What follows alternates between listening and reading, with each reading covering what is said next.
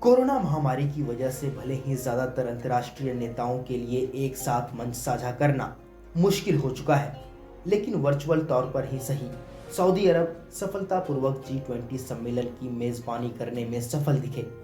G20 Riyadh summit में हिस्सा लेने वाले दुनिया के 20 सबसे शक्तिशाली देशों ने सर्वसहमति से इस बात पर हामी भरी है कि जब भी कोरोना के खिलाफ वैक्सीन तैयार होगी, उसे हर देशों के साथ बिना भेदभाव किए बांटी जाएगी। G20 वर्चुअल मीटिंग के दौरान ज्यादातर देशों के राजनेताओं ने इस बात पर चिंता जताई है कि कोरोना वायरस की वजह से दुनिया में अमीर और गरीब देशों के बीच दरार और न बढ़ जाए। फ्रांस के राष्ट्रपति इमैनुअल मैक्रोन ने कहा कि यहाँ पर मौजूद सभी देशों को टू स्पीड वर्ल्ड थ्योरी यानी उस परिस्थिति को आने से बचाने की कोशिश करनी चाहिए जहां अमीर देश खुद को इस वायरस से बचाकर अपनी जिंदगी को पटरी पर लेते आए और गरीब देशों को उनके हाल पर छोड़ दी जाए।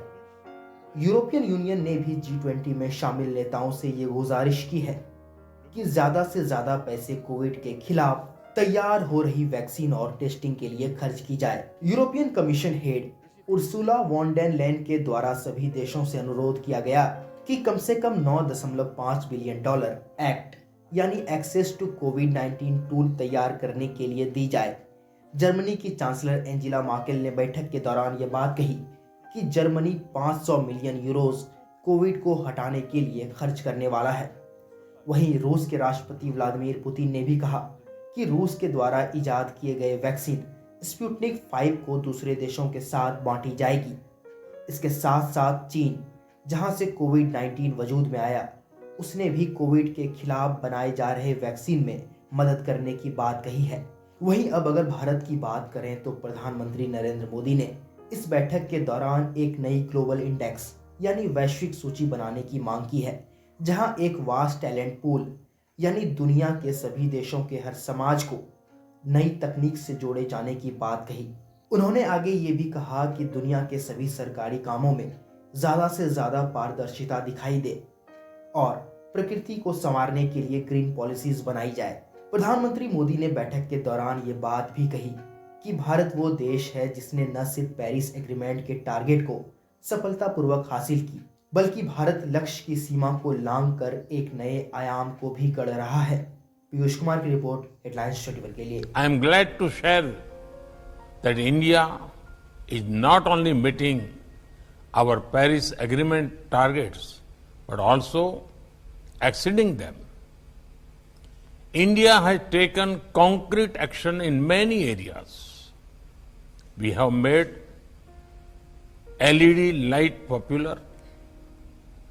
This saves 38 million tons of carbon dioxide emission per year. Smoke-free kitchens have been provided to over 80 million households through our Ujjwala scheme. This is among the largest clean energy drives globally.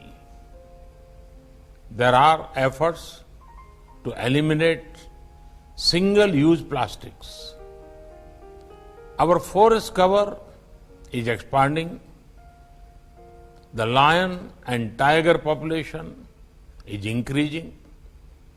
We aim to restore 26 million hectares of degraded land by 2030, and we are encouraging a circular economy.